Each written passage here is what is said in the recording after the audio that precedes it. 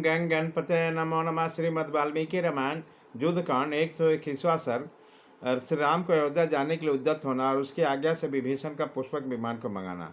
उस रात्रि को विश्राम करके जब शत्रुसूदन श्री राम दूसरे दिन प्रातःकाल सुखपूर्वक उठे, तब कुशल प्रश्न के पश्चात विभीषण ने हाथ जोड़कर कहा, रघुनंदन, स्नान के लिए जल, अंगराग, वस्त्र, आभूषण, चंदन और भांति भांति की दिव्य मालाएं आपकी सेवा में उपस्थित है।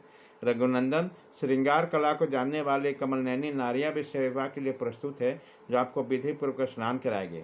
विभीषण के ऐसा कहने पर श्री रामचंद्र जी ने उससे कहा, मित्र, तुम सुग्रीव आदि बानर वीरों से स्नान के लिए अनुरोध करो। मेरे लिए तो इसमें सत्य का आश्रय लेने वाला धर्मात्मा महाभाव भरत बहुत कष्ट सह रहे हैं। वो सुकुमार हैं और सुख पाने के योग्य हैं।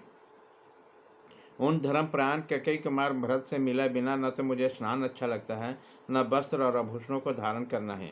अब तुम इस बात का ध्यान दो कि हम किस तरह जल्दी से जल्दी अयोध्यापुरी को लौट सकेंगे, क्योंकि वहां तक पैदल यात्रा करने वाले का यह मार्ग बहुत ही दुर्गम है। उनके ऐसा कहने पर विभीषण ने श्री रामचंद्र जी को इस प्रकार उत्तर दिया, राजकुमार, आप इसके लिए चिंतित न हो। मैं एक ही दिन में आपके उस पुरी को पहुँचा दूंगा। आपका कल्याण हो। मेरे यहाँ बड़े भाई कुबेर के सूर्यतुल्य तेजस्वी पुष्पर विमान मौजूद है, जिसे महाबली रावण ने संग्राम में हराकर कुबेर को हराकर छीन लिया। अतुल पराक्रम श्री राम, यह इच्छानुसार दिव्य और उत्तम विमान मैंने यहाँ आप ही के लिए रख छोड़ा है।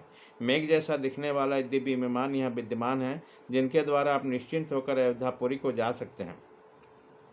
श्री राम, यदि आप मुझे अपना कृपा पात्र समझते हैं, मुझ में कुछ गुण देखते हैं या मानते हैं, तो मेरे प्रति आपका सौहार्द है तो अभी भाई लक्ष्मण तथा पत्नी सीता जी के साथ कुछ दिन यहीं विराजिए। मैं संपूर्ण मनोवांछित वस्तुओं द्वारा आपका सत्कार करूंगा। मेरे सत्कार को ग्रहण कर लेने के पश्चात अयोध्या को पधारिएगा। रघुनंदन, मैं प्रसन्नतापूर्वक आपका सत्कार करना चाहता हूँ। मेरे द्वारा प्रस्तुत किए हुए सत्कार को आप सहृदय तथा सेनाओं के साथ ग्रहण करें।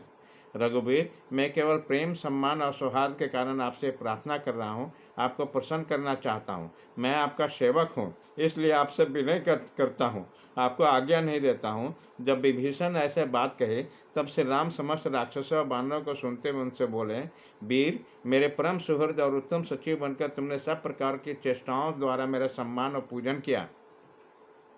राक्षसवर, तुम्हारी इस बात को मैं निश्चय ही अस्वीकार नहीं कर सकता, परंतु इस समय मेरा मन अपने उन भाई भरत को देखने के लिए उतावला हो उठा है, जो मुझे लौटा ले जाने के लिए चित्रकूट तक आए थे और मेरे चरणों में सिर झुकाकर याचना करने पे भी जिनकी बात मैंने नहीं मानी।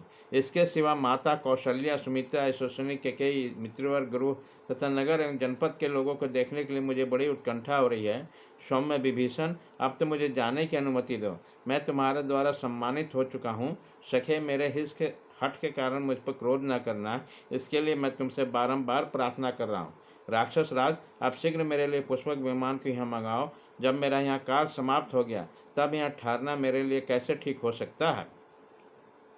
श्री रामचंद्र जी के ऐसा कहने पर राक्षस राज विभीषण ने बड़ी उतावली के साथ सुस्तुल्य तेजस्वी विमान का आह्वान किया। उस विमान का एक एक अंग सोने से जड़ा हुआ था, जिनकी विचित्र शोभा होती थी। उसके भीतर मणि नीलम की वेदियाँ थीं, जहाँ तक गुप्त गृह बने हुए थे, और वो सब चांदी के समान चमकीला था। वे श्वेत पीत वर्ण वाले पताकाओं तथा ध्वजों से अलंकृत था। उसमें सोने के कमलों से सुसज्जित स्वर्णमय अटकलें थीं, जो उस विमान को शोभा बढ़ाती थी। सारा विमान छोटे छोटे घटियों से झुक झालरों से व्याप्त था। उसके मोतियों और मणियों की खिड़कियां लगी हुई थी।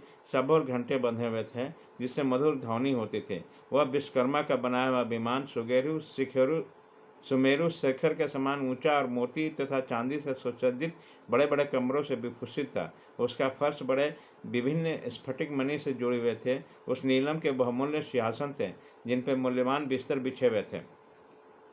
उसका मन के समान वेग था, उसकी गति कहीं रुकती नहीं थी। यह विमान सेवा में उपस्थित हुआ।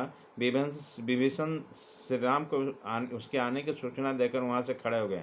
पर्वत के समान ऊंचा और इच्छानुसार चलने वाले पुष्पक विमान को तत्काल उपस्थित देख लक्ष्मण सहित उदार चेत भगवान श्री राम को बड़ा विस्मय हुआ। इस प्रकार श्री वाल्मीकि निर्मित आर्ष रामायण आदि काव्य के युद्ध कांड में 121वां सर्ग पूरा हुआ।